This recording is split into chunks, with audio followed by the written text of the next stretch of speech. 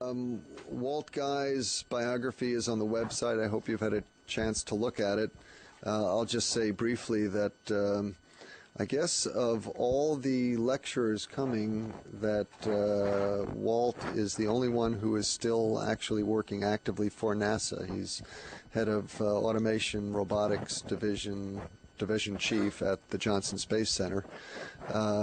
But that's not what he's talking about here. He's talking about the job that he used to do for about 20 years, which was head of Environmental Thermal Life Support and Crew Systems.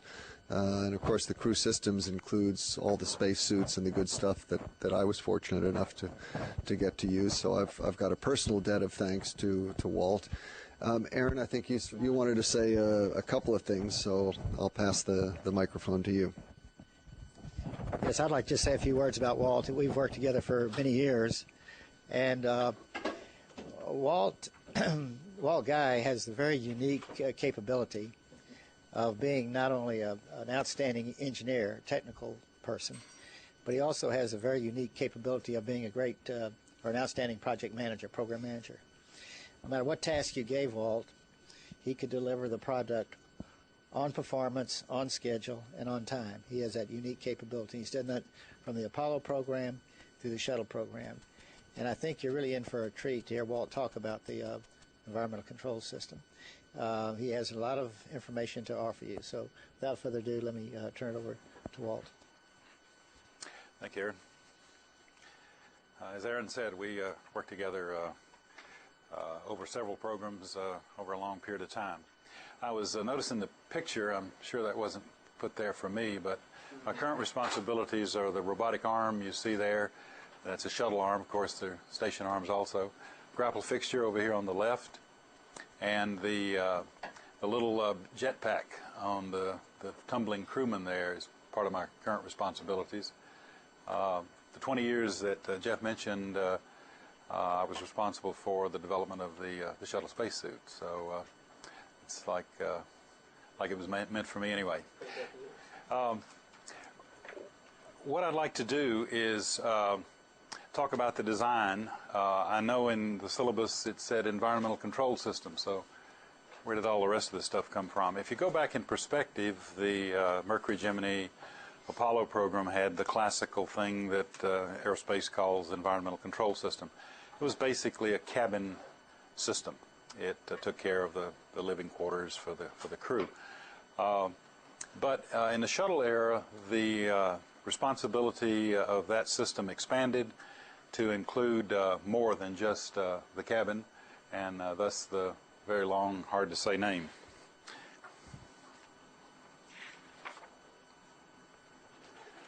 These are the subsystem elements of the environmental, thermal control, and life support system. The first area I'm going to... what happened here? There we go. Sorry. These are the areas, the subsystems. The first area is the cabin atmospheric revitalization system. This is a long way of saying to take care of the atmosphere in the cabin. Humans are pollutants, and this is the system that takes care of that. The cabin atmospheric pressure and composition.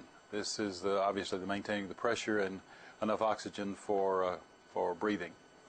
The third is the cabin thermal control, and that is the classical environmental control system. But for shuttle, we've added some functions. One is the water and waste management subsystem. There's some hygiene functions required. There's some recharge of the spacesuit's backpack, management of the fuel cell water system, because the fuel cells are the electrical power supply and provide a lot of extra water.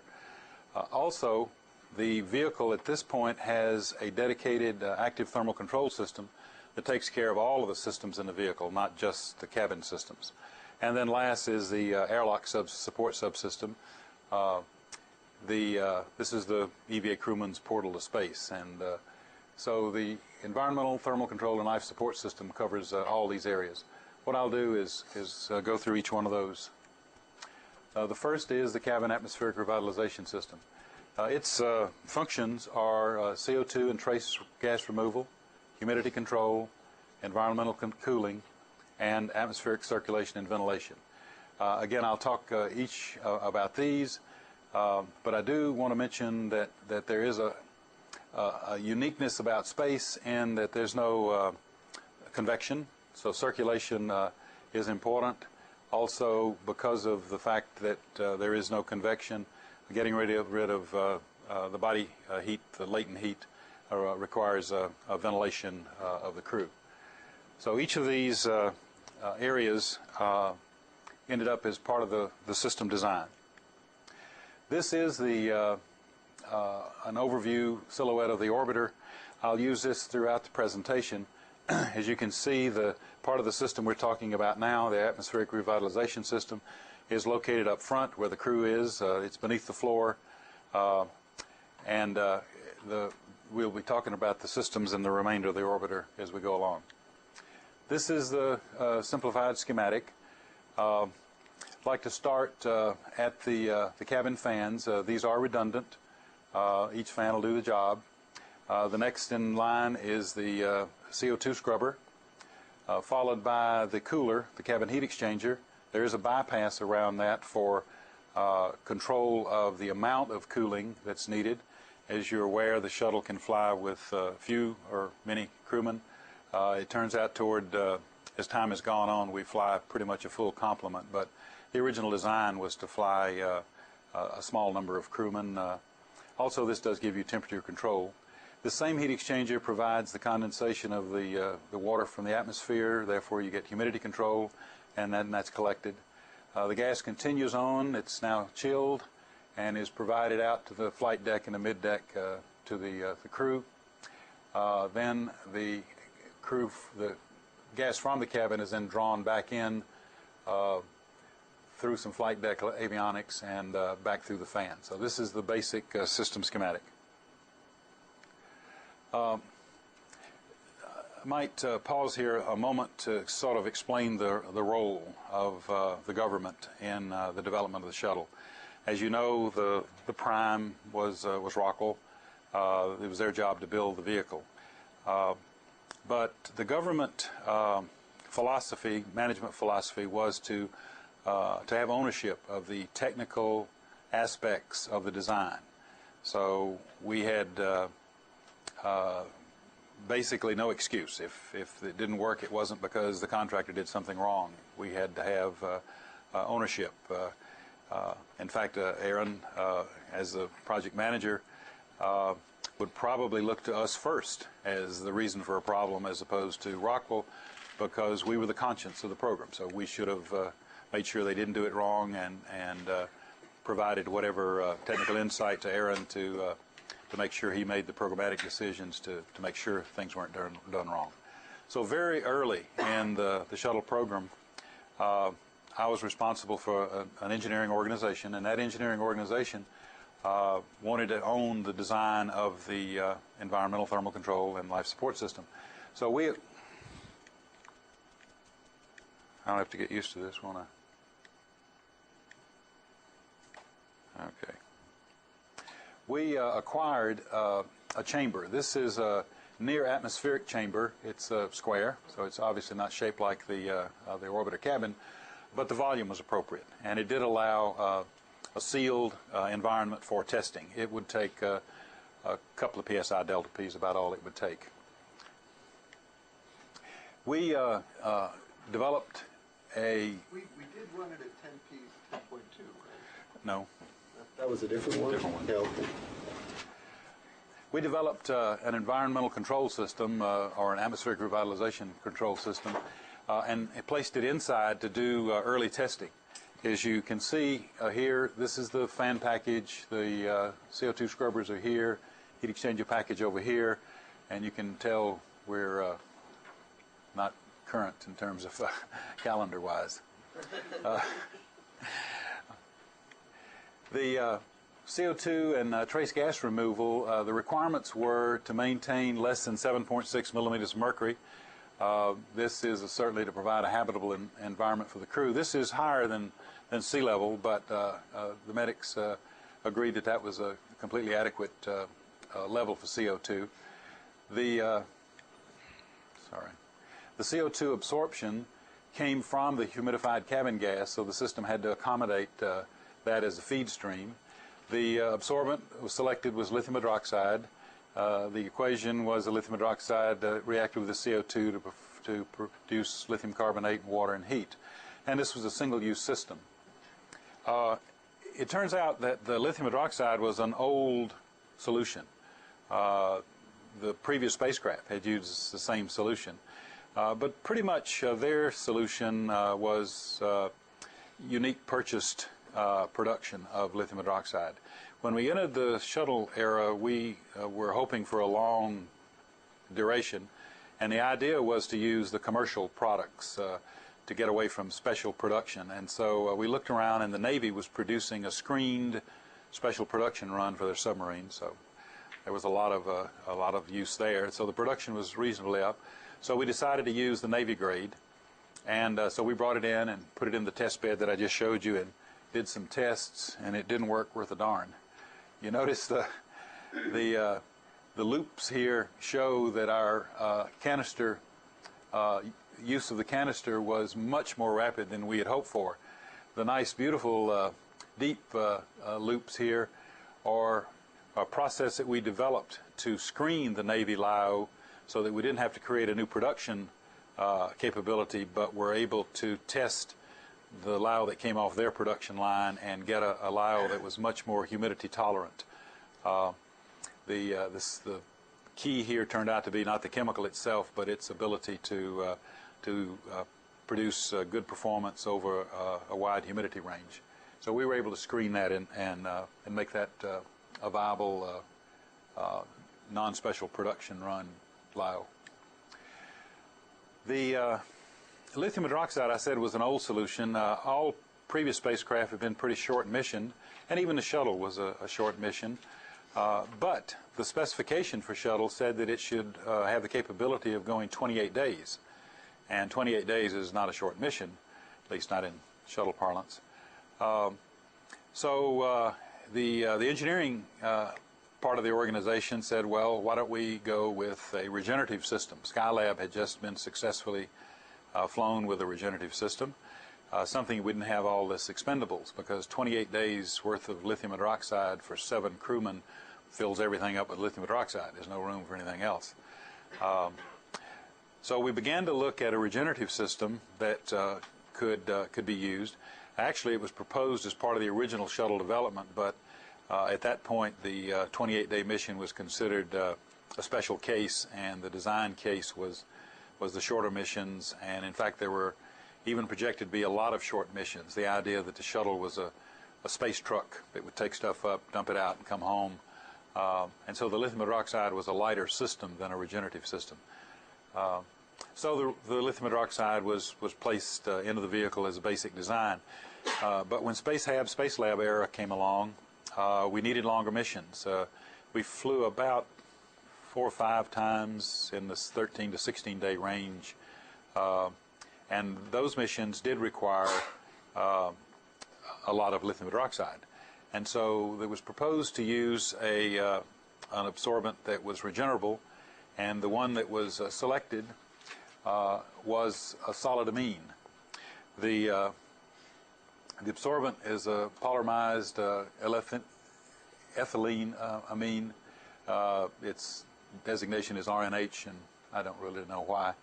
The absorption actually comes in 2 steps. First is a reaction with water to create the free ion, and then that is then reacted with the CO2 to give you another free ion, but the CO2 is now captured. The desorption then with the heat and vacuum gives you back your original amine. So if you pack this in a bed, and what we used was an expanded metal foam heat exchanger that you could fill all the holes with the solid amine,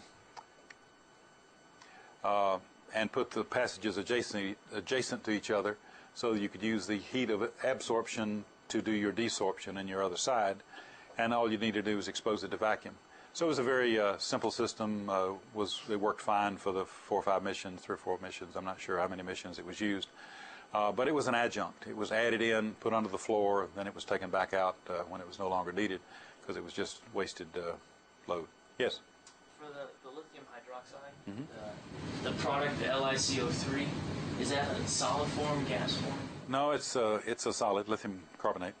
Okay, and that goes in the canisters that you remove? Right. When you remove the canister, it's a big lump. Yes. Okay. Finishing up the CO2 and trace removal, we go to the trace removal. We use the simple system of activated charcoal, and in fact it's packed into the same canister that the lithium hydroxide is packed into. It is a single use. There is a configuration, I believe now operationally, where the entire canister is lithium hydroxide, is activated charcoal, so it can be used for cabin gas cleanup. So if you had an issue that you needed to clean the cabin up, you could do that with a canister of just charcoal. The next area is the environmental cooling and humidity control. I mentioned on the schematic that we have a cabin heat exchanger. The front part of the heat exchanger basically is your reduce the cabin gas temperature. The back end of the heat exchanger is where the condensing occurs, because we get the gas below the dew point, and therefore the water drops out.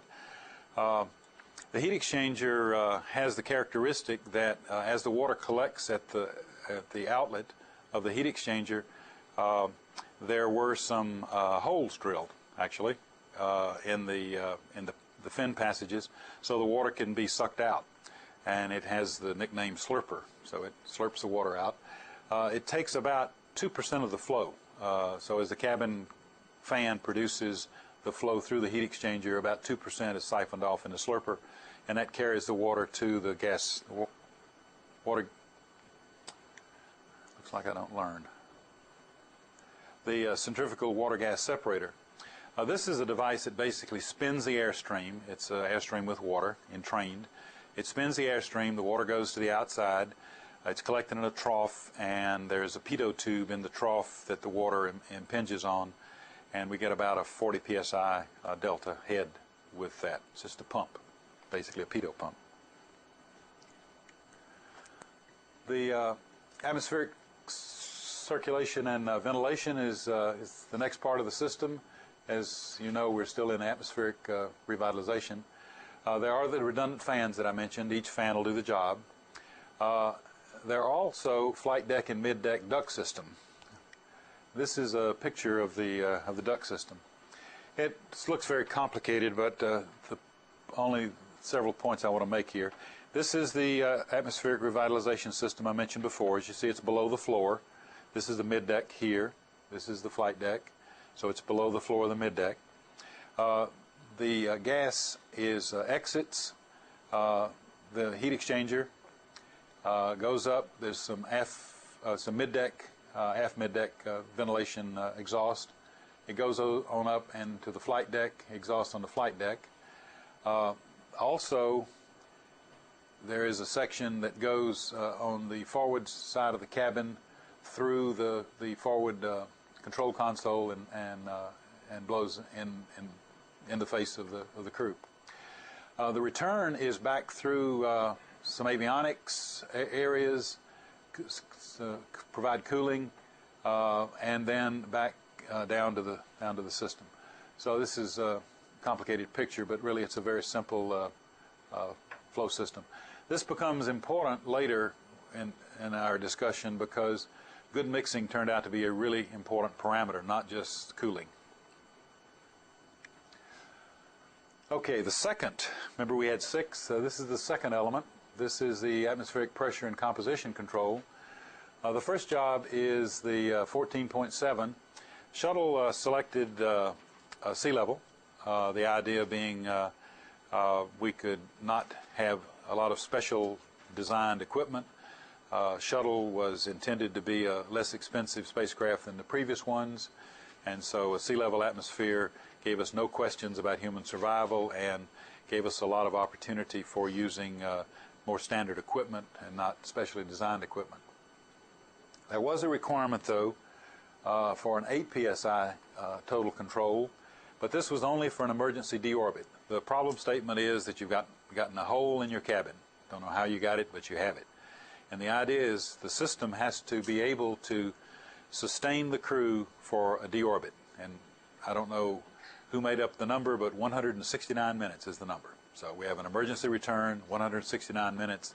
The system has to be able to accommodate that, keeping the pressure, total pressure at or above 8 psi. So there has to be enough flow capability, enough consumables to do that. The half-inch hole was a programmatic decision. I can't speak for that, where the number exactly came from. It probably had to do with meteoroid debris kind of analysis that said what type of hole you could expect. But anyway, that was the design for the system. The next aspect or element of the system is the O2N2 partial pressure control. At the total pressure of 14.7, we wanted sea level, which is about 3.2 psi oxygen. At the 8 psi, we wanted it to be survivable, but the oxygen could be less. Obviously, people live in Denver, right? So it all works. There are also crew breathing masks, which can be used in conjunction with low oxygen partial pressure. The cabin had to have both positive and negative relief. It had to store the oxygen and nitrogen, and it had to provide pressurization for the water management system. Remember earlier I talked about the more pervasive requirements. The water and waste management system now is placing requirements on the atmospheric pressure and composition control. This is a silhouette again. We're basically, here you see the oxygen tank, which is 3,300 psi oxygen tank. There's nitrogen tanks on both sides. These are high pressure tanks, all 3,300 psi. The relief valves are shown here, and there's a O2N2 supply panel which has all of the valves and regulators and everything on it. This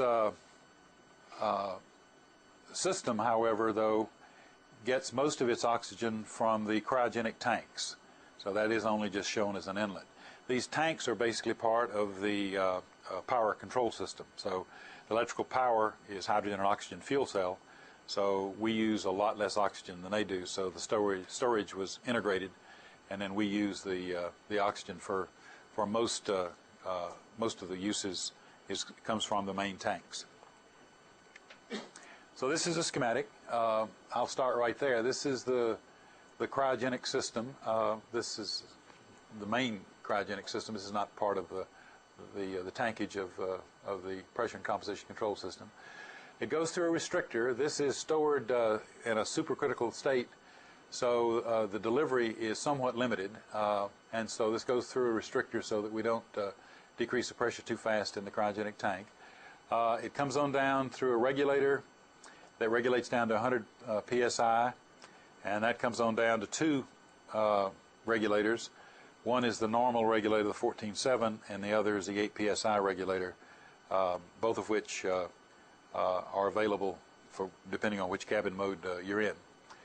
If you go over this way, you see the nitrogen. The nitrogen goes through its own regulator, and it's regulated at 200 psi, and that's important because that's contrasted to the 100 here.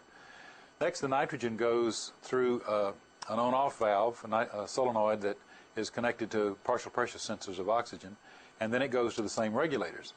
So if you're making up cabin gas, you have to make a choice as to whether you want nitrogen or oxygen, and that choice is made by this system and a simple on-off valve. So there's no sophisticated control system. This is a simple on-off valve. If the cabin needs pressure but doesn't need oxygen, then this valve is open, and the 200 psi basically backs down the oxygen system. This is a check valve here. No oxygen flows. You get nitrogen. At the point that you need oxygen, this valve closes. Then there is no 200 psi anymore. Therefore, the 100 psi provides oxygen to the regulators. So it's a very simple design. Off the top of your head, what kind of failures did you have during qual test that really bothered you? The regulators were produced by Carlton, and the regulators were derivatives of regulators they've been building for years. So the regulator functions really were pretty good. But the early problems we had is that the tolerance, pressure tolerance, they wandered and didn't have as good a pressure tolerance, and they did make some mods to correct that. But the more significant issues got into flow issues. their test capability was pretty limited. And when you're talking about very high flow cases, you have to do something with the gas to make the regulator think that it's in an operational environment. And so we did a lot of testing, and I'll show you that in just a second, for the high flow cases. Okay, let's see. There is a redundant system. It's not shown in this schematic, but there are two of these, just like this. This is the pressurization for the water and waste management system. You see here. Let's see, and there is a crossover to the redundant system, so that you can do mix and match if you have a problem. In both systems, you can mix and match the capabilities. Also, the oxygen system provides the emergency breathing system. It also provides oxygen to the airlock for recharge of the backpack. We'll talk about that later. And I believe that's it. So for normal pressure, we have 14.7, and you have the automatic pressure regulator, basically on-off valve and the regulator. The partial pressure is controlled by the 3.2 psi, which is the solenoid that controls that. So it's a very simple system. The oxygen partial pressure does have another set point at the 8 psi. It goes down to 2.45 psi, and I'll show you that in a minute. For cabin pressure relief, the problem statement really is, why do you need relief? Well, what if one of those lines breaks? You've got 3,300 psi tankage. It's all plumbed together. The crew, God forbid, step on a line and break it, and now you've got all this nitrogen rushing in. So you don't want the cabin to explode, right? So you need a regulator, a relief valve. And the relief valve was set at 16.2. And again, that's one of the high flow cases that we ended up testing. The system was designed with 3 relief valves. Any two will do the job. That's just a redundancy philosophy. Sometimes you'll see 2 items where both of them, either one does the job. In this case, this is a very critical issue, so there is a double redundancy here. For the negative pressure protection, there's an 8 psi delta relief valve. In fact, there are 3 of those. You don't need but 2 to operate, but there are 3. This is for the return that I just showed you. If you come back, a hole in the cabin's at 8 psi, you can't reverse flow through that hole. That's not going to work. So you don't want the cabin imploding on the crew, so you've got to make up as you come in. The lower altitudes, obviously, the higher pressure, you've got to get that gas back in the cabin. So that's what that's for. Okay, this is the other pressure vessel that was used as a test site. This, it was called Environmental Test Article. Rockwell gave it that name. What they planned to do with this device when they built it was to do all the wiring runs and the plumbing runs in there. It was going to be a mock-up. It turned out they built a rather beefy tank. In fact, maybe they got one very inexpensively. I'm not sure how they ended up with it, but they got it. But they did do all the secondary structure, so it had the right shape inside. And so it turned out they didn't end up using it. They went on to other methods, and so it ended up left over in the program. And so we convinced Aaron that he ought to give it to us, and he did. This is what it looks like in cutaway. You see here all the secondary structure. It was in boxes, but we put it all in, foamed it in so that the volume was right, so the cabin volume was essentially perfect. It had the flight deck, it had the mid deck, it had the lower deck for the environmental control system. Well, we also asked Aaron to give us the CERT hardware, which he did. So we had the CERT hardware underneath the floor, and the pressure control system we're talking about actually is on this back wall. That's a picture of it. What we did is faithfully run the lines. In fact, we even used the same line material, same fittings, same everything. So we faithfully duplicated inside this test article the volume and the geometry and the system. All the ventilation ducts you saw, all those were in place. We'll come back to it later, but you notice on the back wall of the this test facility, you notice there's an airlock hatch, and later on I'll tell you where that goes. But this is the control panel and the nitrogen system, nitrogen oxygen system. Okay, this is test data. We did some testing to see how the system worked. This was testing of basically the on-off oxygen control system. Let's see if I can walk through this simply. We're working total pressure here, oxygen partial pressure here. During this first interval, the oxygen is on. Okay? So what we're doing here, we're breathing it down, and when we hit the lower limit, so that the regulator wants to do something, when we hit that lower limit, then the oxygen partial pressure starts up because the regulator comes on. Now the total pressure is maintained because that's what the regulator is supposed to do, maintain total pressure. But as it maintains the total pressure, it's doing it with oxygen, and therefore the partial pressure is going up. When the nitrogen valve, when it's satisfied, that's enough partial pressure of oxygen, then the solenoid valve opens and you see the nitrogen come on. Now you remember the nitrogen feed was at 300 psi versus 200 psi.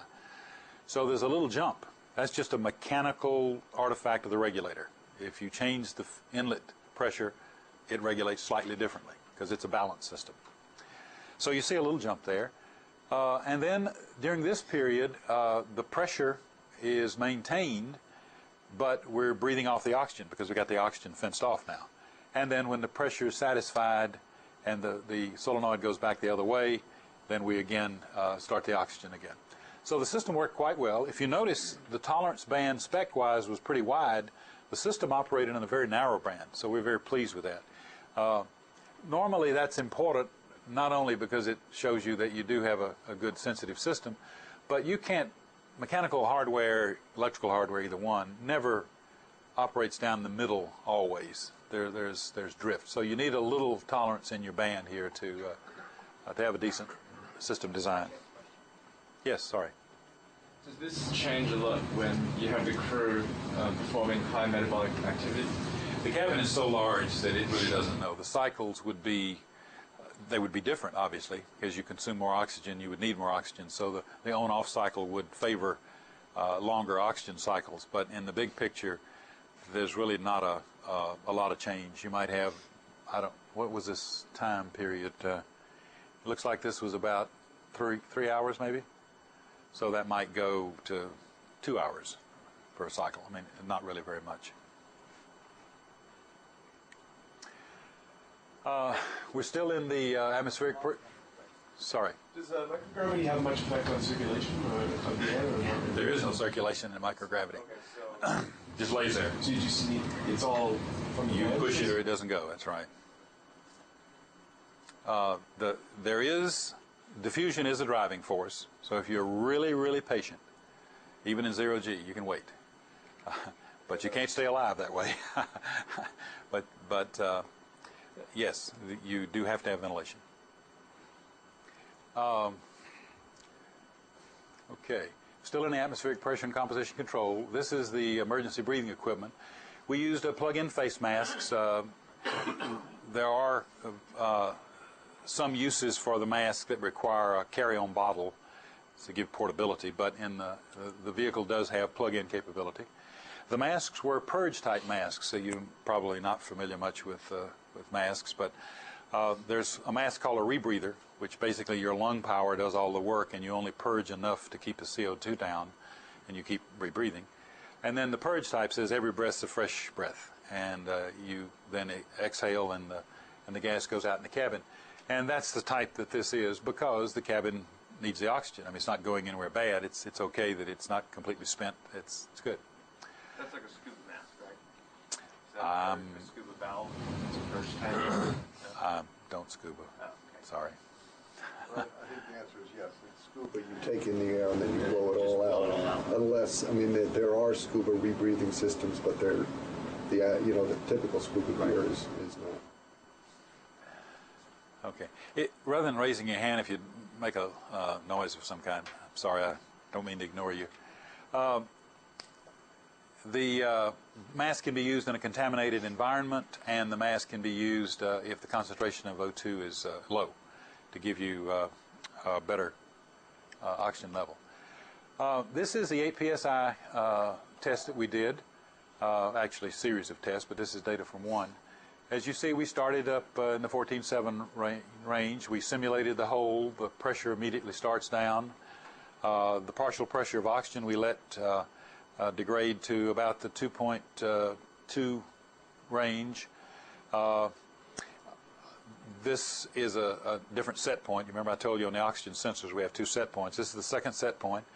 And so we have the lower oxygen partial pressure.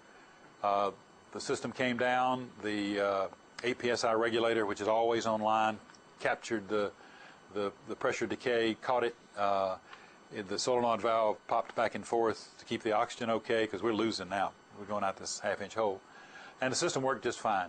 This did have the crew on the masks, because that's livable. You can live there, but the mask is a better environment. So this is a mask case.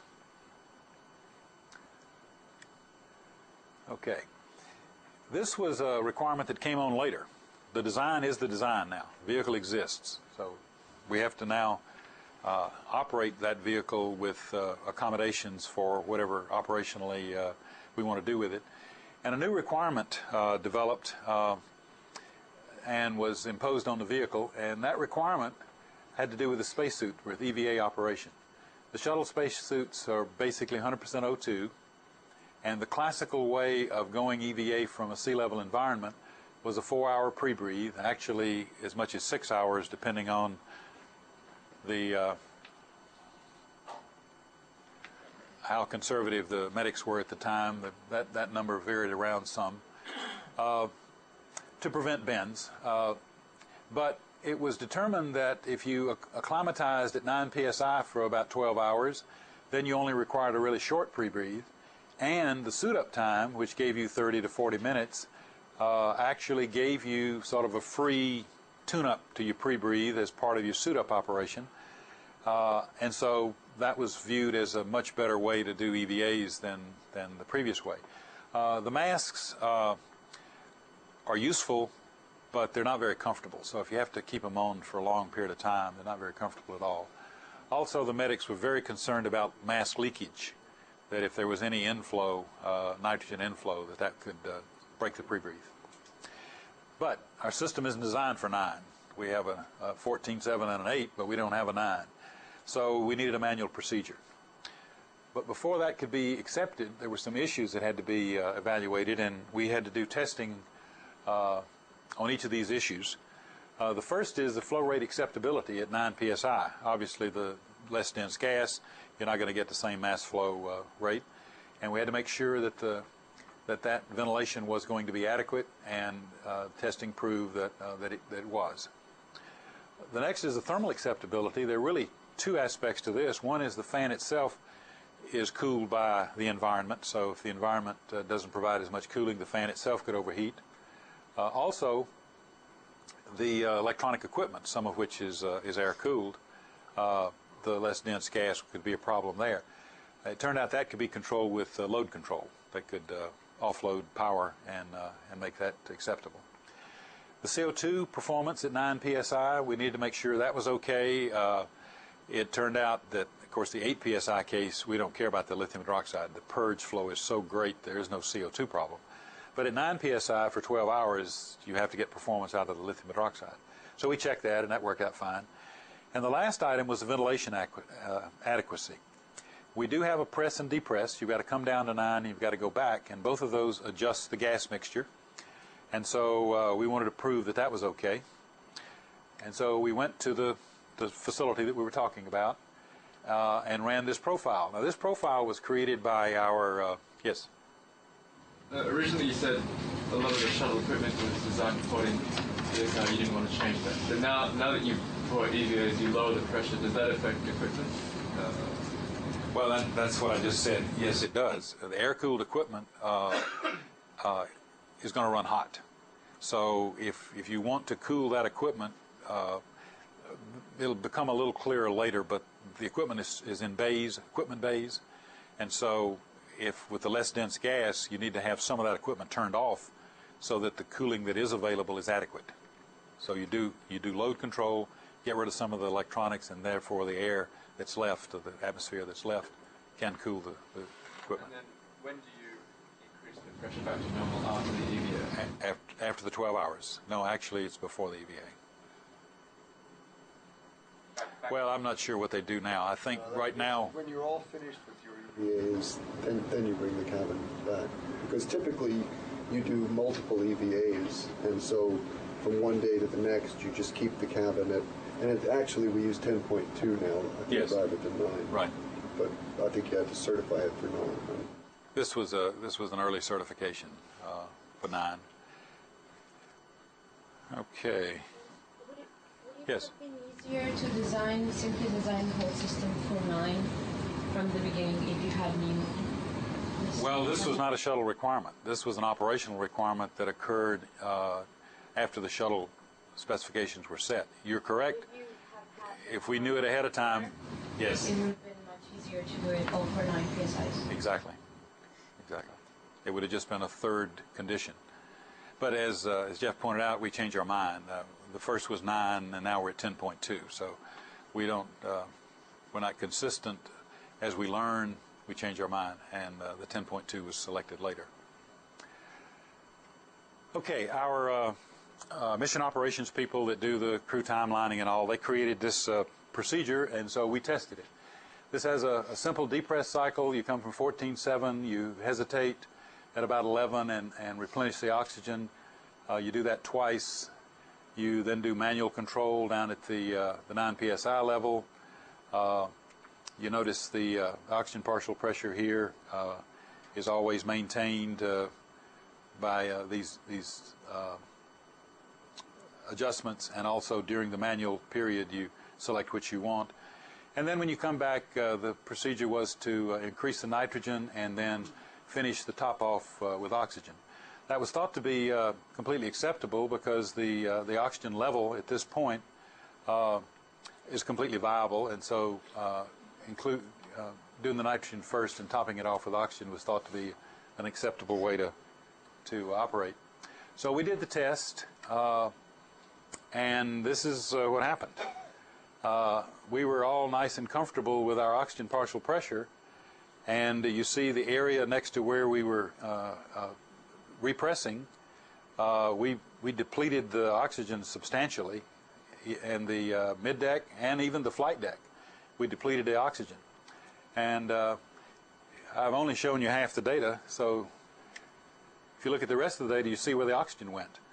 These equipment bays that I mentioned earlier, the avionics bays and other equipment bays, are basically isolated volumes from the cabin. So as the pressure comes up, what you're doing is you're pressurizing these areas with cabin gas, which is oxygen and nitrogen. You're pressurizing these areas with nitrogen only.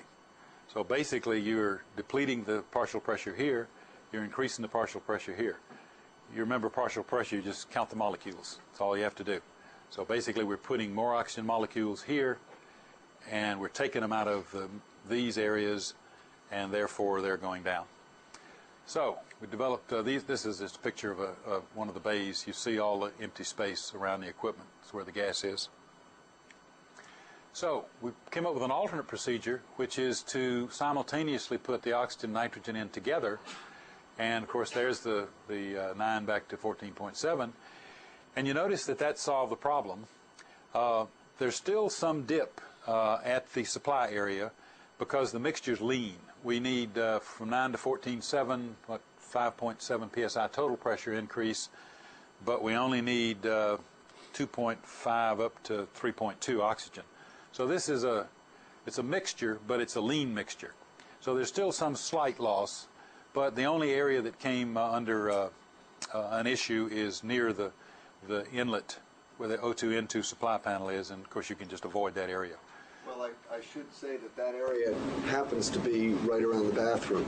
And so before we repressurize the shuttle, the commander would, anybody who has to use the bathroom, use it now, because, you know, for about 10-15 minutes while we're repressurizing, it's off limits. Okay, the next item. This is the water and waste management area. This is one of the 6 items. We have potable and wastewater inventory management. We're continually producing potable water, as you know, and wastewater. We have to dump them, we have to use them, so that is part of the requirement of this system. We have to store water for drinking, food prep. Wastewater storage has to be dumped to space, commode and urinal for human waste collection, and we provide water for an evaporative heat sink, which we'll talk about later, called a flash evaporator. Yes. This is an outstanding example of systems engineering, this total system that Walt's talking about. You can really see the interaction between all the systems and the spacecraft. It really is a systems engineering problem. Potable water, we take all the fuel cell byproduct water and use it, so it's basically an effluent to the power system. We do have launch storage capability for water, and we do provide sterilization. The sterilization is iodine. We started out designing a silver ion system. It turned out that we had manufacturing problems, and the company ended up going out of business, and so we reverted to iodine. The lunar module used iodine. Wastewater, the condensate from the cabin humidity control, and the urine pre-treat. The urine has to be pre-treated to bind the urea. If you don't, you get a lot of ammonia. It uses a chemical called oxone, O-X-Z-O-N-E, I think. It's an acid. I'm not really sure what it is. Okay, this is where the system's located. This is one of the simpler schematics. The water tanks here. The water comes from the fuel cell, as I said. It goes, by the way, the delivery is about 150 psi, and 150 degrees and 60 psi. So there is a lot of hydrogen dissolved in the water. The water is collected in the fuel cells on the hydrogen side. So there's a lot of hydrogen. So there's a hydrogen separator here. Otherwise, your tanks would end up full of hydrogen, which is what you don't want. You want water in the tanks. So the hydrogen separator is a silver palladium metal. It's catalyzed. It's basically porous to hydrogen, but not to water. If you expose the backside to the vacuum, pulls the hydrogen off, and the water goes through just fine. I will say that there still is a rather high gas content in the water that you drink, and that gas, of course, evolves once it gets inside your stomach with predictable results. Yes.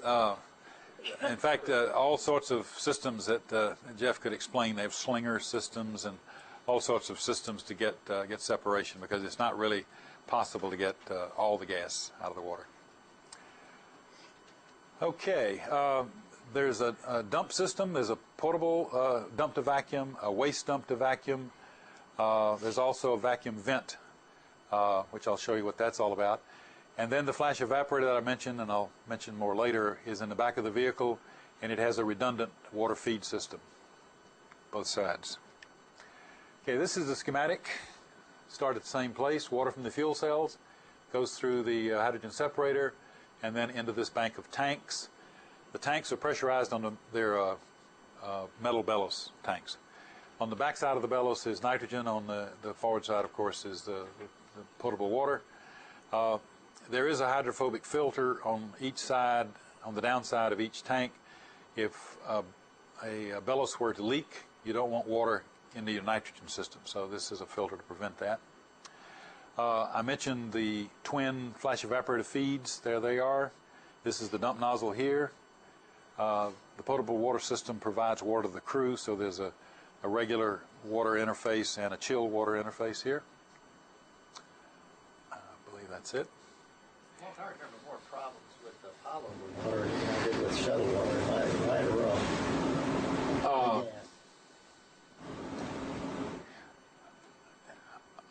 I don't have those sorted mentally. I'm sorry. I don't remember.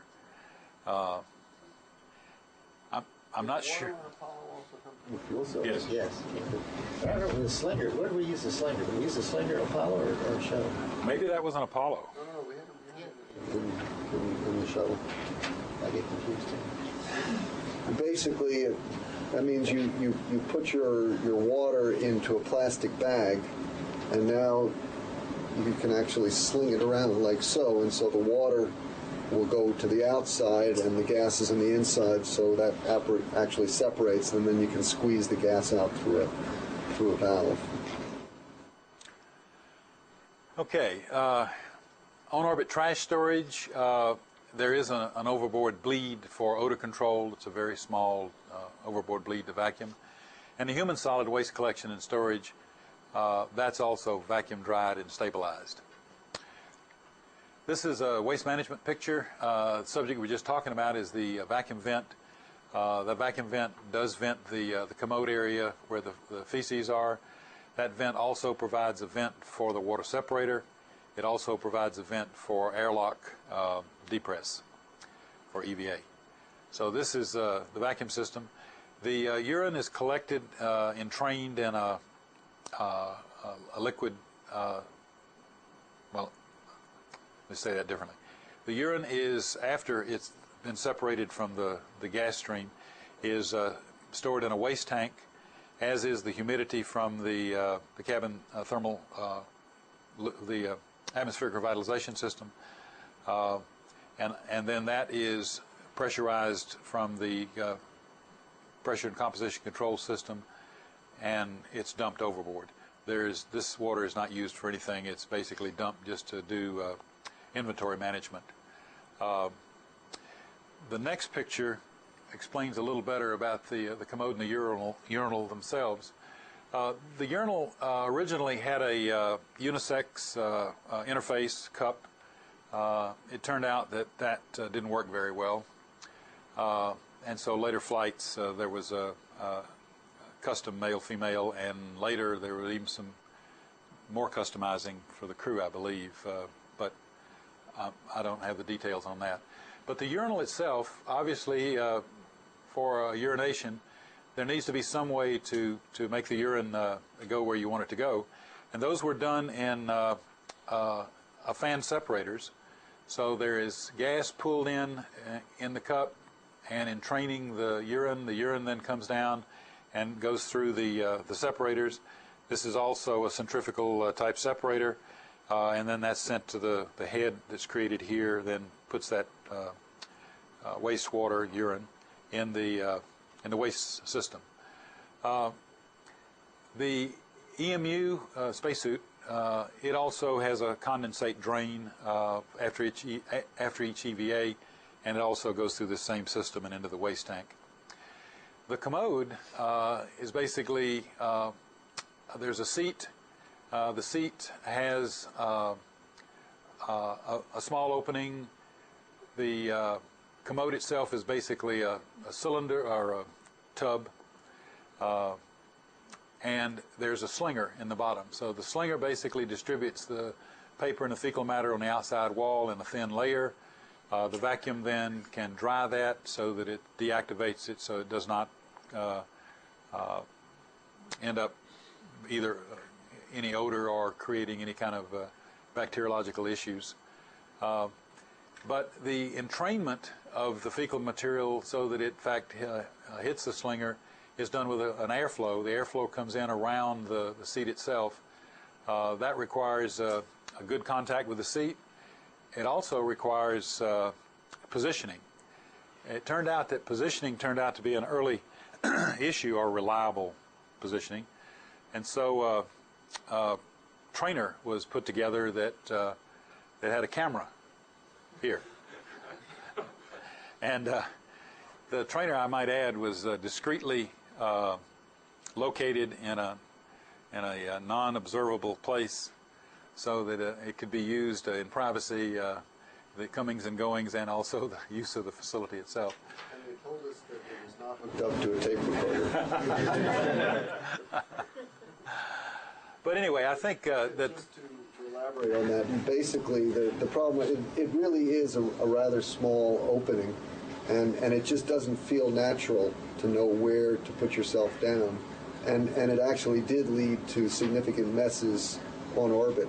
I won't go into any more detail, but the idea is that you would position yourself the way you thought it should be, and then you turn on the lights, and there's a TV screen in front of you, I'm not making this up. So that you could see how close you are to the bullseye. Enough said. Okay. The cabin thermal control is another one of the subsystem elements. It's a circulating liquid cooling system. It provides the heat sink for the atmosphere itself. It also provides the ability to reject that heat to the spacecraft cooling system, because you got to get rid of it out of the cabin. It had some avionics cold plates, some air-cooled avionics, support the crew in the airlock, and a potable water chiller. This is the location. You notice the avionics bays are listed here with their little circulation systems. The liquid system then services each of those, the chiller, the condensing heat exchanger. And this is the place that the cabin system connects to the spacecraft system, is on the aft bulkhead right here. We'll see the other half of this system in a little bit. This is schematic. It's very complicated looking, but it's fairly simple. Let me show you the air piece first. Look at the black lines. There's the twin fans, goes through the air-cooled avionics, through the heat exchanger to get rid of the heat. There are some cold-plated avionics in each bay, so you take care of the cold-plated and the air-cooled in this bay, in this bay, and in this bay. So now you've got all the electronics taken care of. That coolant loop then has to service. I should have started this up at the pump. Sorry about that. Here's the pump. Come down. Also takes care of the forward and overhead window mounts around the window for thermal control, and the hatch. It's just a way to keep those thermally stabilized. Back in the early flights, we had something called DFI, Development Flight Instrumentation. It was a special instrumentation package. It was also liquid cooled. And then this is the heat exchanger to the spacecraft system. It's a Freon system. This is where the main heat's rejected, right here. So on the other side of this, you've got cool liquid. Turns out this is water. We go through the liquid cooling garment, which is the spacesuit cooling garment, the water chiller, go through the cabin heat exchanger to cool the cabin and condense the water out, and then back to the pump. I failed to mention the IMU. It has triply redundant fans, pulls air through it, and that's also cooled by this gas stream. So anyway, this is the cabin thermal control system. These functions, I just said each one of them. I won't repeat them. Cabin circulating liquid cooling loop. As I mentioned, water is the coolant. Water is actually a very good coolant. And if you have any requirements that push you that way and you're designing thermal control systems, you like water. Water is completely non-toxic, so it can be around the crew. Leaks don't make any difference. Has a very high CP. It's a really good fluid. Problem with water is freezing. You don't want to freeze it, and you don't want to get it so hot that it turns into steam. But if you can stay within the boundaries, it's a good fluid, and that's what this is. Redundant pumps, I showed you that on the schematic. The liquid gas heat exchanger, showed you that before. Cold plates for electronic cooling, and the window hatch mount. The circulating gases that I mentioned for the avionics, the cabin gas was used as a coolant. You saw the redundant fans and the doubly redundant fans. I mentioned earlier, and someone commented on it, that the promise early on was the shuttle could be a less expensive development activity if we used off-the-shelf avionics, the kind that aircraft use. And that's a good promise. It turned out that that's not a very good, not as good, a solution for thermal control as liquid cooled. Liquid cooled is a much more efficient way of providing a heat sink to electrical equipment. When you blow the cabin gas through it, then you end up with the problems of if you change the pressure in the cabin, which we've talked about, that can affect cooling. It's also, you have to put out a lot more power. You have to blow a lot more gas than you do power to move the liquid around. So it's not a very good thermal solution. And actually, the promise of less expensive avionics, I don't think was actually fulfilled, although that's somebody else's topic and not mine. because I think everything was pretty well custom. So it did potentially complicate the thermal control system for a good goal, and how well that goal was met, somebody else will have to speak for. Another one of the subsystem elements, the spacecraft. Why don't we usually take a minute break in the middle, and we're about halfway through, so why don't we take our 2 minutes now, and then we'll pick right back up.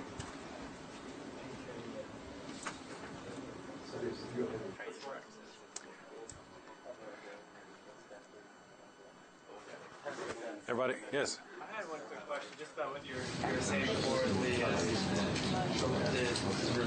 electronics that are cooled by air flow versus, what you do. Did you say the product From an engineering standpoint, it's much better to cool with liquid. So if you use cold plates, it's much more efficient. You get a good, reliable heat sink, and you can then design your thermal conduction paths so that out of the avionics box you make sure the heat goes to the cold plate, and use a lot less power.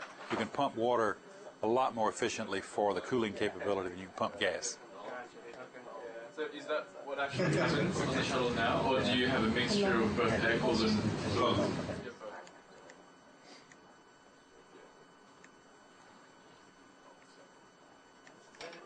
I guess following on to that, even switch do you have to change in order to address just water?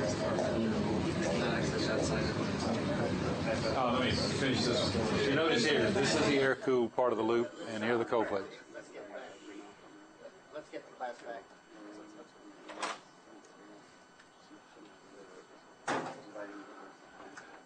Thank you very much.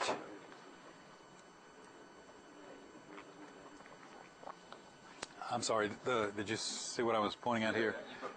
Yeah, and this is one bay, and they have both cold plates and the air cooled here, here, and here. There they are. Of course, when you go outside the vehicle, there's no more air, so all the external equipment's cold plated. Was there another question? Yes, sir. I was just saying, what kind of design changes do you have to make in order to go strictly to completely liquid cooled electronics? Well, if you're trying to use off the shelf, and it's air cooled already, there's a cabinet right there full of it. Right. If it's air cooled already, then you have to stay with that concept. If you're custom designing, then from the very beginning you say, I'm custom designing this to be liquid cooled, and then the internal design is such that there are conduction paths to the base plate so that it can be cooled. Okay, let's see if I can. Because previous to that, all of our spacecraft were Apollo's liquid. Yes. Because you had to be able to take those spacecraft down the vacuum. Right. We evacuated the cabin both in the command module and the lunar module. And Gemini too.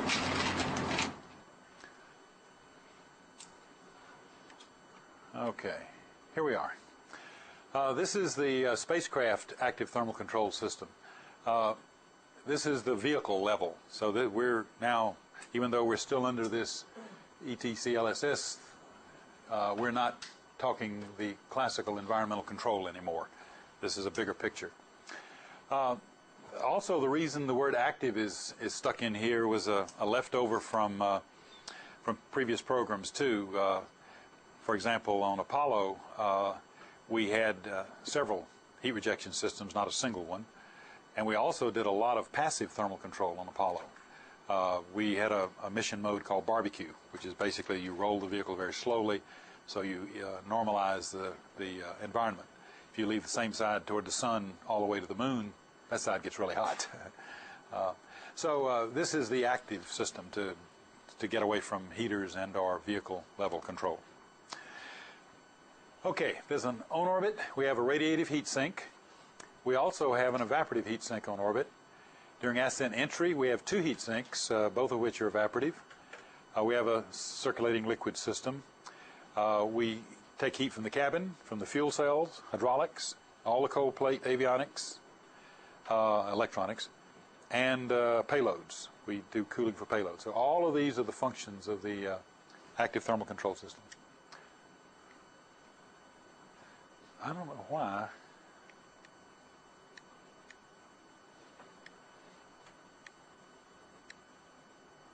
There it is. This, as you notice, is a lot busier than some of the others have been. You notice the radiators here on the sidewall. This is the doors. When closed up, there are no radiators. When open, the underside of the payload bay doors are your radiators, and it's on both sides, obviously. That same heat exchanger that I showed you before that interfaces with the cabin is right here. So the cabin load is dumped there. Fuel cell load is dumped here. The fluid is a Freon 21. There's a Freon 21 pump package. The payload heat exchanger is here, I believe. Mid-body cold plates, aft cold plates. Each radiator side has its own flow control system. The evaporative heat sinks, one is the flash evaporator that I've shown you a couple of times before. I'll describe a little better in a minute, is here. It uses water. There's an ammonia boiler here that is also an evaporative heat sink. And when we're on the ground, there's a GSE connector for a GSE heat sink. Analytical work was done for heat balance, to understand that. More than you would ever know. In fact, this is the most complicated integrated thermal test ever run at JSC. And I'll show you a picture of it in a minute. We actually tested all of that together. And it all had to work together. And it gets worse as we go along. I'll show you all the integration factors as we go along. But it changes from mission mode to mission mode. It changes within mission modes as to how this system works. And I'll try to describe that. Okay, so this sort of gives you the feel. Now, keep in mind geometry is going to play an effect here as to how you plumb the system up. So all of Freon is running through all of those lines there to the radiators. Right. Okay. It'll be a little clearer in a minute. Okay. This is a schematic. Let's start at the radiators. On a good day, this is doing the job for you. All the radiators are getting you nice, cool liquid. The radiator uses a bypass system, so that you see the bypass around the radiators. It's good to remind yourselves that the heat load can be tremendously different in high level mission phases. A lot of electronics, a lot of crew activity, a lot of the vehicle is alive and pumping out the power and therefore pumping out the heat. If you ever did one of those 28-day missions we talked about, which was a spec requirement, you can imagine this vehicle is almost quiescent. It's doing very little. You're trying to lengthen the mission, so you're doing hopefully experiments or something in Space Lab or Space Hub. You're doing something else. You're not really, the vehicle is not working for you very hard. Just as an example, we have 5 computers, and we use all 5 during acid and entry, the active phases, for safety. But once you're on orbit, when you have a long mission like that, you actually power down all but 2 of the computers. That's just it. And there's a lot of other systems which you power down, and that way you're limited in many missions by the electrical energy, which is limited by the amount of hydrogen and oxygen you can carry for your fuel cells. So by powering down, you extend your mission, and of course you'll also reduce the heat load. And when you reduce the heat load, you've got to find some way to make that same radiator work for you at a very low heat load. So it has the capability of getting rid of a lot of heat. If you don't want it to get rid of that much heat because you don't have it, then you have to go to a bypass system. Anyway, the next thing in the loop is the GSE heat exchanger. So on the ground, you don't have radiators working, so you use the GSE heat exchanger. Then there's the ammonia boiler. When you re-enter, the ammonia boiler gives you the ability to operate with an evaporative heat sink prior to the connection of the GSE, and so it's part of the thermal control system.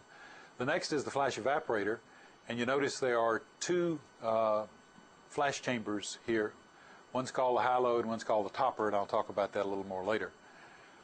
Then the nice cool liquid, however it was cooled, all these cool it, however it was cooled is then available for the vehicle, and there is one more little heat load, and that's that cryogenic oxygen that we're bringing in.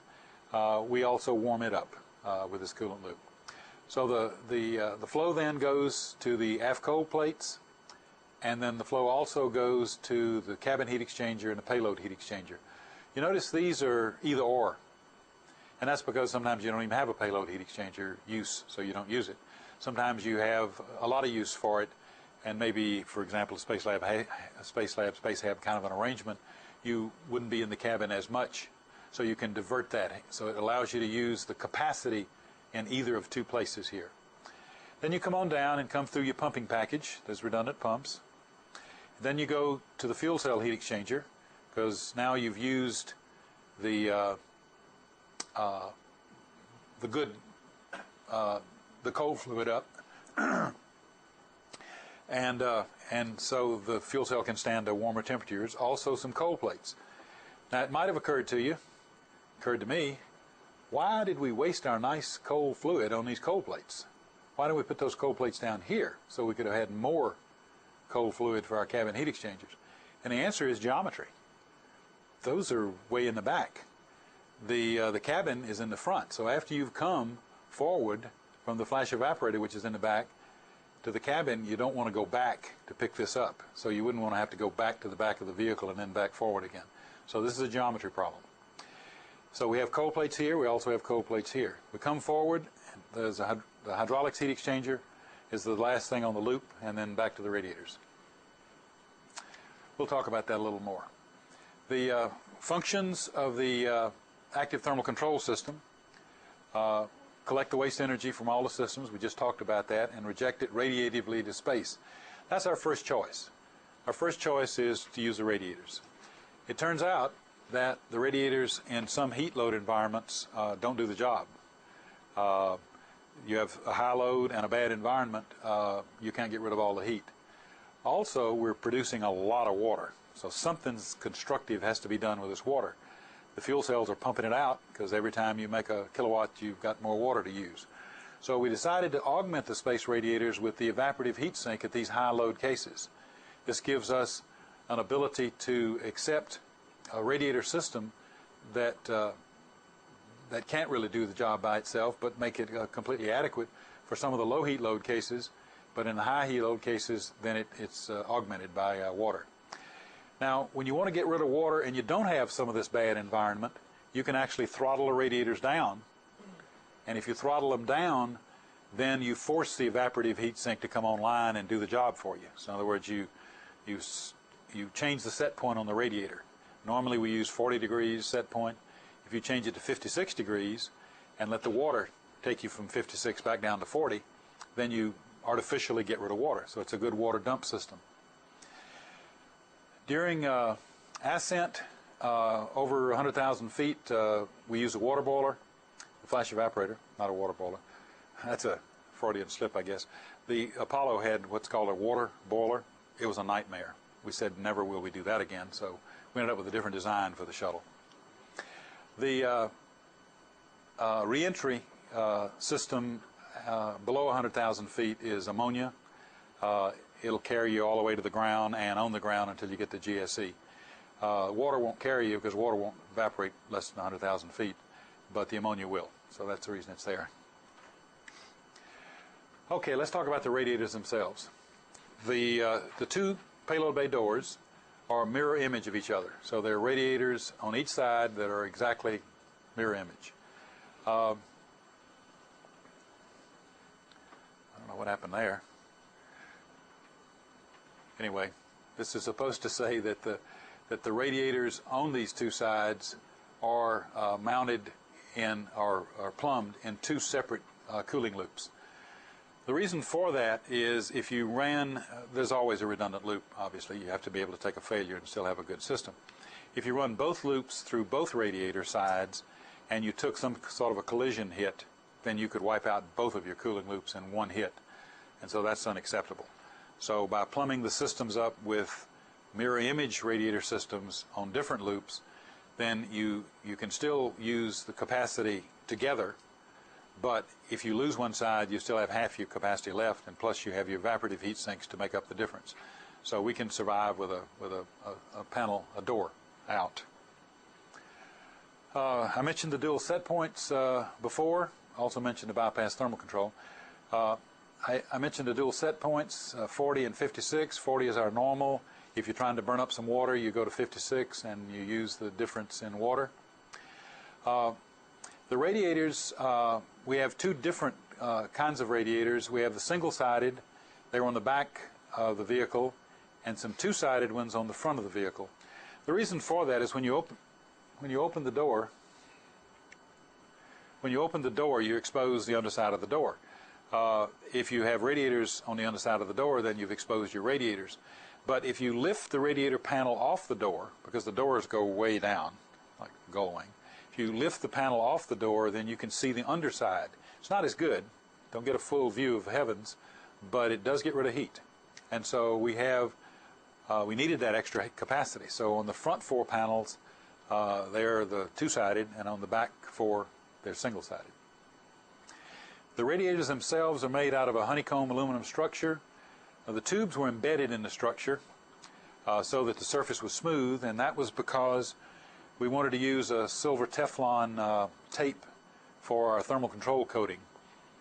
For previous vehicles, we'd always painted the radiators, painted them white.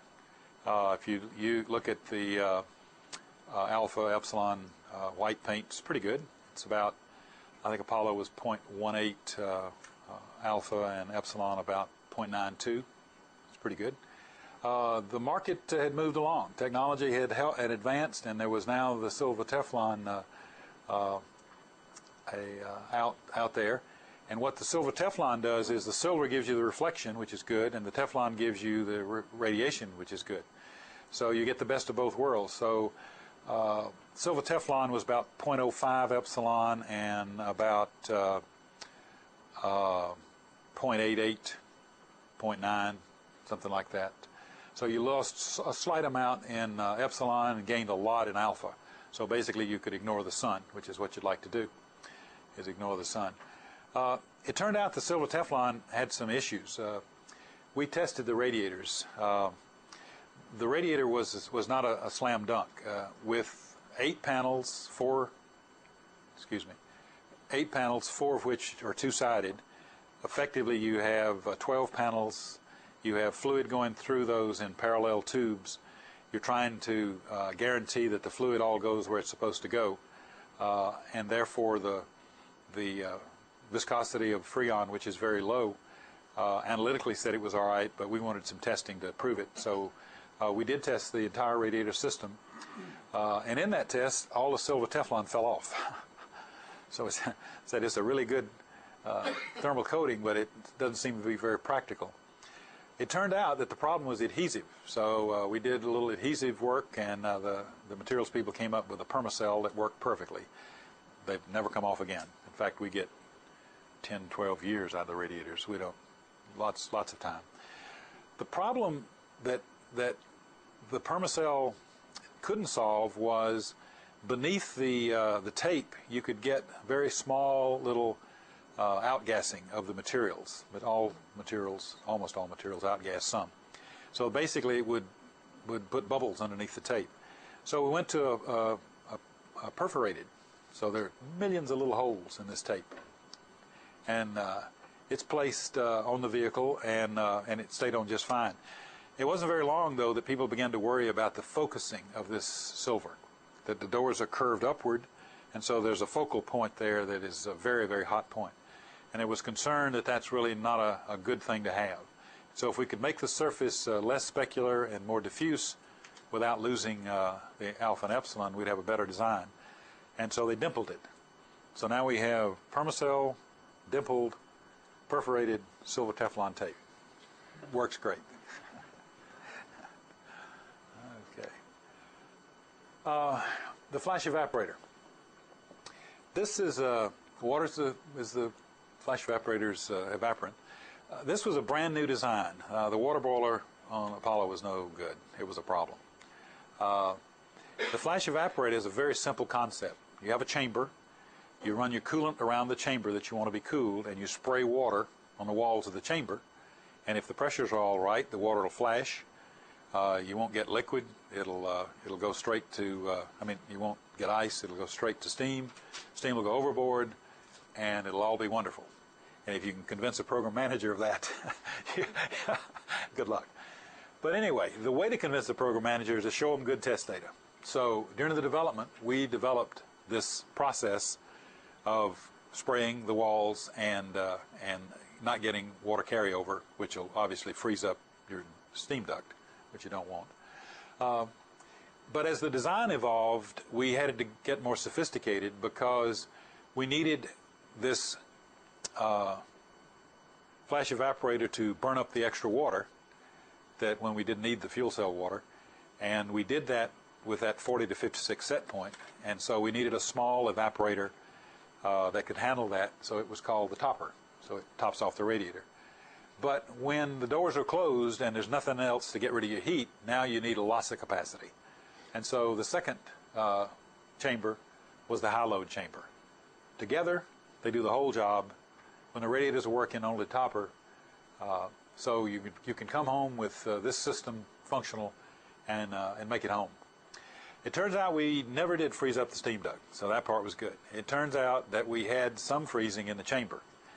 And in fact, we had to develop a process that acknowledged that that could occur, and how would we flush it. It's called flushing. And so we did develop a process, and it has never failed. The flushing process always works. And we have had on several occasions, I probably can't count them for you, but 4 or 5 times maybe over the shuttle flights, we've had some freezing inside the cavities. Okay, there's a non-propulsive overboard vent. That was the one going out both sides for the topper, because it could be used for very long times during the mission, and you might be pointing or whatever you might be doing. But when you're coming home, the high load is just a big out the side of the vehicle type duct. The ammonia boiler, its heat sink is ammonia. As I mentioned before, it evaporates all the way to the ground where the water won't. The redundant boilers here, up here there are no redundant boilers. These two chambers have redundant everything. They have redundant feed water systems, redundant control systems, redundant spray nozzles, redundant everything. But the chamber is a chamber. You get what you get. There are redundant boilers. Is the way the ammonia boiler gets its redundancy. It's utilized or was designed to be utilized during entry and on the runway until cooling's available. It turns out that we don't do that anymore. It turns out operationally, we learned that if we cold soak the radiators before we shut the doors and then bypass them and come home on the flash evaporator, that there's a lot of heat capacity still left in those radiators, a lot of fluid out there, and it's cold. And so we can actually go all the way to wheel stop on the radiator. And so at 175,000 feet, we start flowing the radiator, but 100,000 feet, the flash evaporator is off, and we cold soak all the way home, and after wheel stop, the ammonia boiler cranks up. I mentioned the Freon 21, the low viscosity. We've gotten excellent performance out of that. The low viscosity is really, really important, as much parallelism as we have. I didn't really give you the numbers. In the single panels, we have 26 tubes. In the two-sided panels, I believe there are 66 tubes. Lots of tubes, lots of parallelism. So it's awfully easy to get flow instability in a thermal system like that. But the Freon loop does great. We have redundant pumps, all liquid heat exchangers and cold plates. This is that chamber that I told you. If you can look right down here, this is a people right here. One person. This, in fact, there's a radiator panel. This was during build-up. Twice we tested the flash evaporator in this environment, once as part of the integrated system with all the radiators, and once by itself. And twice we tested the radiators, one as part of the integrated system and once by themselves. So we did essentially 3 tests, large tests, and the one that had the entire system in it, had all the cold plates, it had everything in it, is, I said, the most sophisticated thermal test we've ever done at JSC. And it proved that the system could work. It also proved that we had to tune the flash evaporator nozzle because it was wrong. But we did get the data, we did prove it was wrong, and we got it remachined. Machined out of Columbium. Somebody else will have to answer why. And so it was a problem for Aaron to go get us another one, but it fixed it, and it was successful. Well, that chamber was built actually for Apollo, right? Yes. It'll take a stacked, you can have a command module and a service module and a stacked configuration inside that chamber. and it had solar and full vacuum. We actually put men in there. Yes, it's a man. It was a manned chamber then. It's not now. After Apollo Soyuz, it hasn't been manned since then, but it's still available for testing. But it's not manned. It has a sister chamber, 100 feet that way, where all of the EVA testing is done. It's a good example, I think, of how the shuttle program built on a lot of Apollo. Same thing at the Cape, where a lot of the launch hardware was adapted. Because the shuttle program, you heard about the budgetary constraints. The shuttle program never could have afforded to build something like that. But luckily, a lot of this equipment was built during Apollo when money was much more available.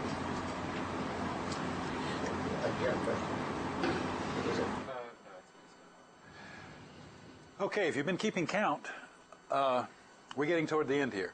I did want to mention before we left the main orbiter systems that there was some rotating equipment life testing that we did for the program. The equipment we're talking about here is the cabin fan, the water gas separators, the avionics bay fans, cabin coolant, and the vehicle coolant pumps. The life requirement was 100 missions, and that was calculated by somebody to be 20,000 hours. So if you could show 20,000 hours of successful operation, you had the design life of the hardware. We set up a laboratory to run the equipment. It was obviously a low-maintenance lab. We collected data and checked in the room occasionally to see that everything was all right. It turned out that all the equipment passed the 20,000 hour requirement. We did learn something, though, that some of that stuff was so noisy. Oh, it was noisy. So there was some work done on some muffling, but the hardware itself was all good. Okay, we are at the end. Yes? What are the noise requirements for machines? Yes, there was a cabin noise spec, and yes, it had to be met. And I don't remember how it was met. Whether they'd put mufflers on some of the equipment. maybe some insulation inside of the ducting. I'm not sure. We have time. I'll tell a little anecdote here. I chaired the change control board. And the doctors, the medical organization, came to see me and said that the cabin was very, very noisy, and it was going to really do a detriment to the astronauts.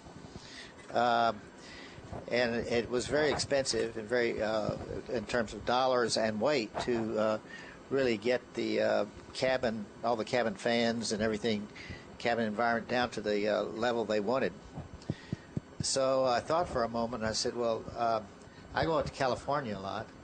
I go out to Rockwell, and I stay in the motels that are on the Los Angeles freeway. And I said, you don't seem to be worried about me, my ears, in staying on those freeways and not being able to sleep and having all that noise. And the doctors looked at me for a moment and says, well, you're already deaf. And I said, what did you say? So, but we did have to make some modifications of it to actually reduce the noise. Let me interject one item. I think somebody asked the issue about the IMU. We decided to pick the IMU off the shelves, and it was air-cooled.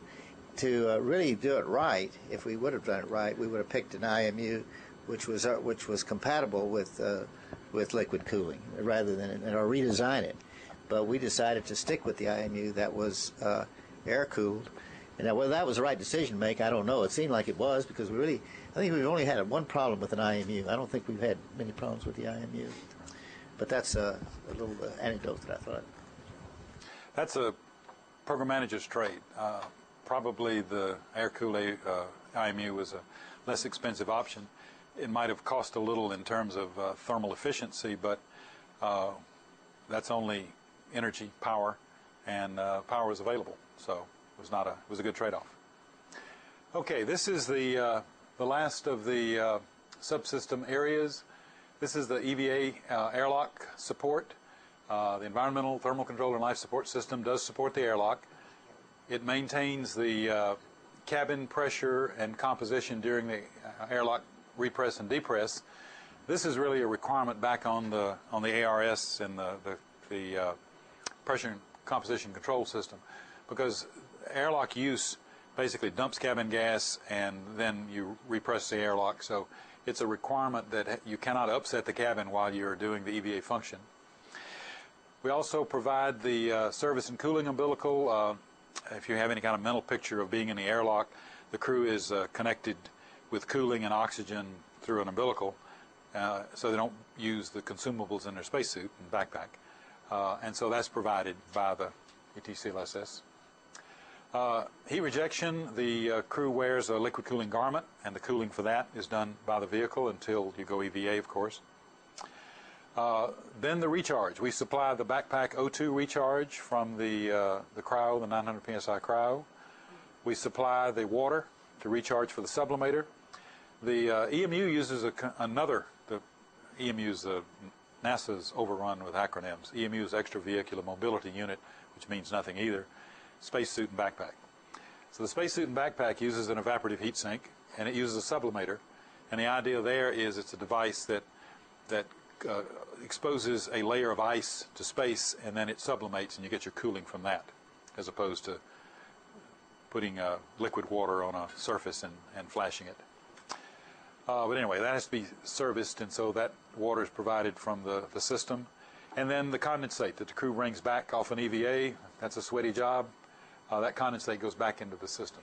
So the airlock support is another part of this system. In fact, that's the 6th part, so we are through. This is a picture of the airlock. Not really the airlock. This is the test chamber that we built to put the equipment in. You notice it has the right hatch in it, and if you can recall back an hour and a half ago, showed you a picture where there was this hatch basically on the other side of the back side of the test chamber. We hook those together because, as I said, as you depress and repress the airlock, it affects the cabin. So we needed a test environment that had both those simultaneously. But the difference is this has to go all the way to vacuum. So we connected this to our vacuum system, and when the crew is inside this, it's a manned vacuum test. And when the crew is inside the other test chamber, it's basically sea level, or at most 8 psi would be the lowest it would ever be. And I think the last picture is a spacesuit inside the airlock, and this is just a little cutaway showing the airlock. This was mounted on the back of that chamber you saw earlier. So okay. If you bring that picture back, I'll talk to that for just a minute, because and then we'll have some questions. But before every flight, one of the things that we do is that every EVA crew member takes his or her spacesuit into that EVA test chamber, into the airlock test chamber. So you actually get a chance to take your own suit down to vacuum. And particularly before you do your very first EVA, it's really a confidence builder, because the physical sensations that you get in a suit, and remember you're at about 4 psi pure oxygen environment, and your body, the inside of your mouth, feels a little different. There's funny sounds with the fans inside the suit. The sorts of things you don't want to experience the first time when you actually go outside into space. It's much better to do it here in a controlled environment where, if there's a problem, actually you're supported because of the weight of the suit. It doesn't look like there's anybody in this suit. No. So, but when you're in the suit, you're actually supported by a cable to the ceiling of the chamber, which is on quick release bolts. So Picture to the left there. yeah, okay, right. So you're suspended up here, and if you ever have a problem, they can release this, repressurize the chamber within about 30 seconds. I think that's the limit for a man-rated chamber. You got to be able to repress in about 30 seconds, and then just lift you out, suit and all, from the top, and get you out of your suit and get you to the medics. So This is just an inverted bell jar. The hatch is not sealed. When you depress, it just pulls it down, seals due to the pressure difference. So, yet another. You just lift the top. Yet another example of the extensive testing that we go through before every mission. So, I might add one more thing I forgot actually to add earlier, is that the man rating is a term used in manned spacecraft, which means that you've specifically tested it and said that its design is worthy of supporting a human. The airlock had to provide that function. So Aaron was faced with man rating the airlock. And man test capability is very scarce, very scarce. In fact, JSC may be the only place anymore that can do it. But anyway, we volunteered to do that as part of our test program as a programmatic requirement, not as testing or watching or confirming anything, but as a prime part of the test program was the man rating of the airlock, and that was done in Houston. more. That's an interesting thought. Walt, if my memory serves me correctly, one of the problems we had in the early part of the manned space program was doing some chamber runs with Donald Douglas with a two-gas system where we actually lost either the oxygen regulator or the nitrogen regulator in the chamber and almost lost the test subject. And that's when on Apollo we decided to go to 100% oxygen, and that's what led up to the fire on the pad. We went to 100% oxygen at 16 pounds per square inch with an inward opening hatch for another reason. And that's really, if you can realize that 100% oxygen at 16 psi, everything burns. Stainless steel is not self-extinguishing at 16 psi. And of course, that's what we were at the 204, when we had the 204 fire, or Apollo 1 fire on the pad. And it was a function of doing some test work with the confined atmosphere. So you got to be careful. Sometimes you don't overreact to things. And then we went back to a different type of atmosphere. Liang, did you have a question? The systems you've been describing today seem to take up a lot of space in the orbiter, like other systems. How did you negotiate with managers and other subsystems, for the space and the volume and the weight that you wanted? That's a good question, but it's you're asking the wrong person. We're the government. We hired a contractor to design the vehicle. Now, the design aspects of it, the philosophy of it, the functionality of it, we were very, very integral with. But we really didn't, we watched, we audited, we said that looks smart, but we didn't go and say put that cold plate here and put that heat exchanger there.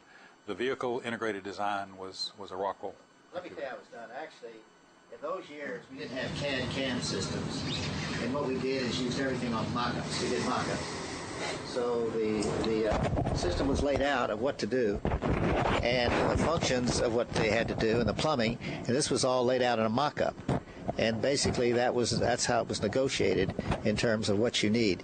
In today's environment, you wouldn't do that. You would use electronic capability. You use your CAD/CAM systems. You would actually draw it up on your computer.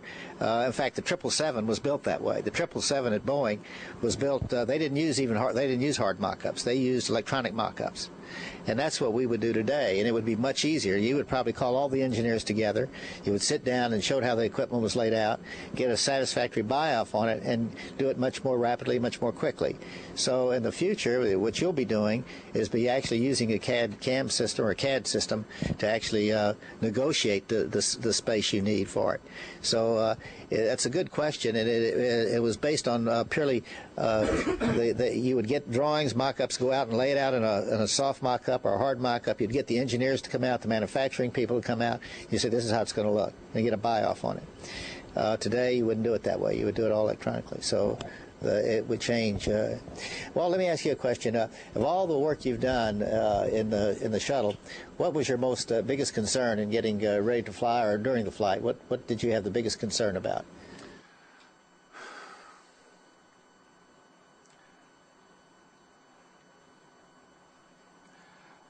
I was young and confident. I don't know that I had a specific area that I was I was really concerned about.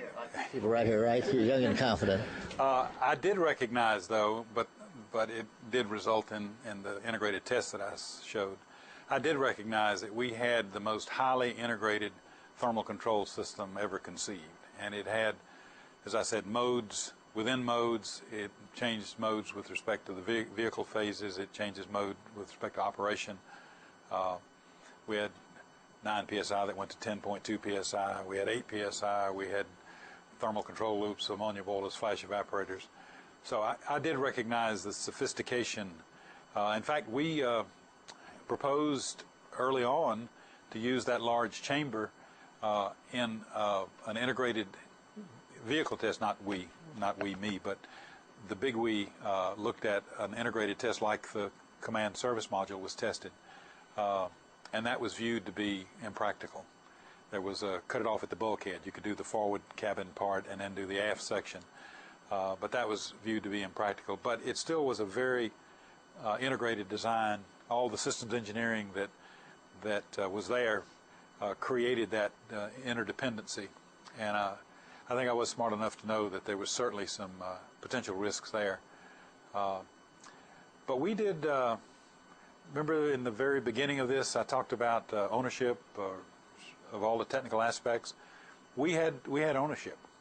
We believed that what we had done was prudent, appropriate, and we believed it would work. So it wasn't like you bought something and you hope it works. Can you say a word of what you think? This is looking in your crystal ball about the CEV. Do you think it's going to have a very similar type system, or what, have you thought about that? Well, we hope so. Our new administrator has sort of a back to the grassroots philosophy, or at least right now. And so we hope that the CEV will be developed with a lot of government involvement, that the government will have ownership, again, of the technical aspects of the design.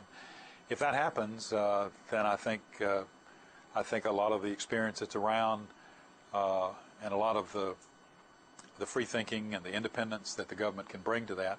There's another school of thought that says keep the government out of the way and let the contractor go do their thing. And obviously you wouldn't get that position from me, but there are people that believe that's the right way to do it. So do you think the system will look pretty much like this, or similar to it? Or? Well, similar, yes, I do think so. I believe that the very tight schedule for the CEV is going to put a lot of pressure on the program manager to go with the tried and true. So I don't think there's going to be innovation that has risk with it. Maybe there'll be innovation that's good engineering, but I think the innovation with risk will be very much minimized because taking shuttle offline in 2010, it's going to be a lot of pressure to get this vehicle finished. So I think that's going to breed some conservatism on the design side.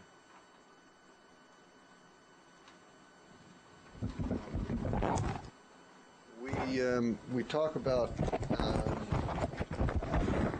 considering operation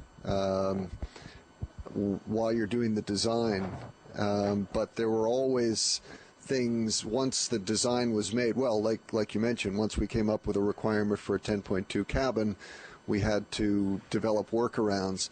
And one of the other things that after the system is designed, we then start to figure out how can it fail and work on malfunction procedures. And I know that the malfunction procedure for loss of 2 coolant loops, that was probably the worst simulation case that we ever had to deal with. I'm curious to get your opinion because just, Walt described how we have 2 independent cooling loops so that in principle one failure won't take them both out. Now, I don't remember what it was, but they did discover a single point failure somewhere in there, which I think was corrected, but where you could have lost both of the cooling loops with a single failure. I don't know if you...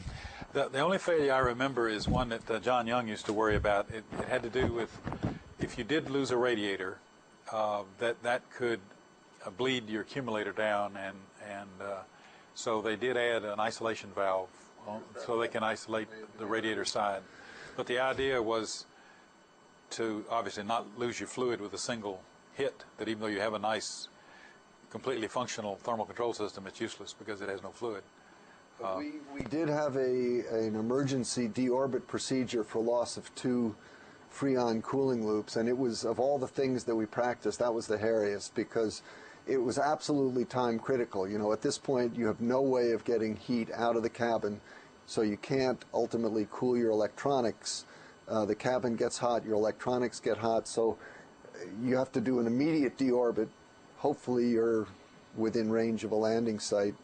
And then you turn off all the equipment that you can possibly turn off, including most of your computers. And when you're riding down through entry, you basically watch the temperature of the computer, and as each computer would get up to its failure temperature, you would then switch on the next computer, transfer the data, you know, turn off the computer which is just about failed, and hopefully you could make it to the ground. And I know the instructors who would you know, lead us through this exercise said that the information they had gotten from the thermal analysts was that nobody was really sure whether we could make it. I don't know what your opinion was on that. We practiced it, but you know, obviously, as I think I've told you, nobody's ever died in a simulator, but you never know whether the thermal model that they use in the simulator is really going to duplicate the way the shuttle is going to behave in a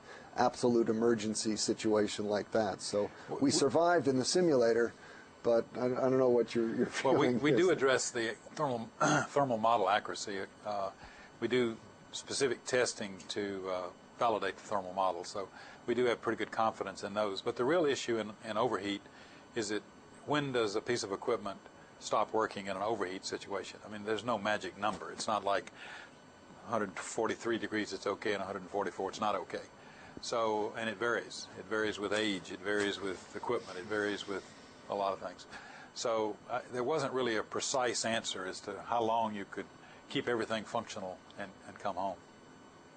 Yes? You talked earlier a little bit about oxygen-nitrogen mixing in the cabin. I was wondering if there's a way to really study that on the ground, since you're not in a zero-G environment. You know, how there are not pockets of nitrogen sitting around that an astronaut can stick his head into.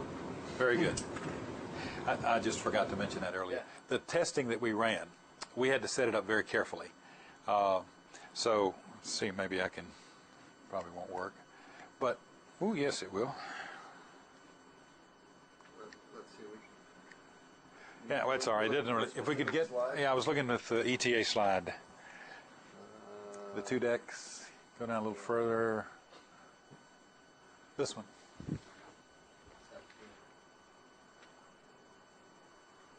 Yeah, that's the outside, the next slide. Right. If you notice, there's a flight deck and a mid deck, so obviously buoyancy is going to mix that stuff for you. So what we did is we set up a thermal condition where less than 1 degree thermal gradient everywhere in there had to exist before we ran the test. And that was to guarantee that we had no help from circulation, naturally induced circulation. But you're absolutely right. That test would have been a useless test without neutralizing the gravity effects. And we actually, the first time that I did the spacesuit test in there, we actually used the 10.2 protocol. So I actually had to go in the day before, take the cabin, take that to 10.2, spend the night, and then we can do just a 40-minute pre-breathe. For most of the other tests, when you go in, in order to avoid the inconvenience and expense of staying through the night, you go in early in the morning, and then you're coming right from a sea level environment. So before you go down to 4 psi in the suit, you actually have to pre-breathe pure oxygen for 4 hours. As Walt said, that was the alternative. So you basically just get in your suit, and you can either bring a book and read your book, or they'll pipe music into you if you want to give them a CD, or I guess it was a audio cassette in those days, or they have a little black and white TV monitor that they can show you. So, and you just sort of sit there for 4 hours, and then once you've finished the and the problem is you're not allowed to go to sleep. That would be the easiest thing, but they want you actually to move around, because when you're moving your muscles, you're actually then doing a better job of denitrogenating. So you have to stay awake, and if you don't say anything for more than about 10 minutes, they'll pipe something in and say, Jeff, are you awake? You know, so. But I mean, this was a very, very useful facility. I mean, they used it for all different sorts of things, and it's I guess that was the one new facility which was built for the shuttle. Yes. Specifically. Jeff mentioned several times the 10.2, and I talked about the 9. The 9 was the original design, but the issues with the 9 PSI had to do with you had to take the oxygen percentage got too high, right? Right, and so there was much concern about flammability. So the idea was if you could raise the pressure up some to 10.2, then that would be less flammability issue.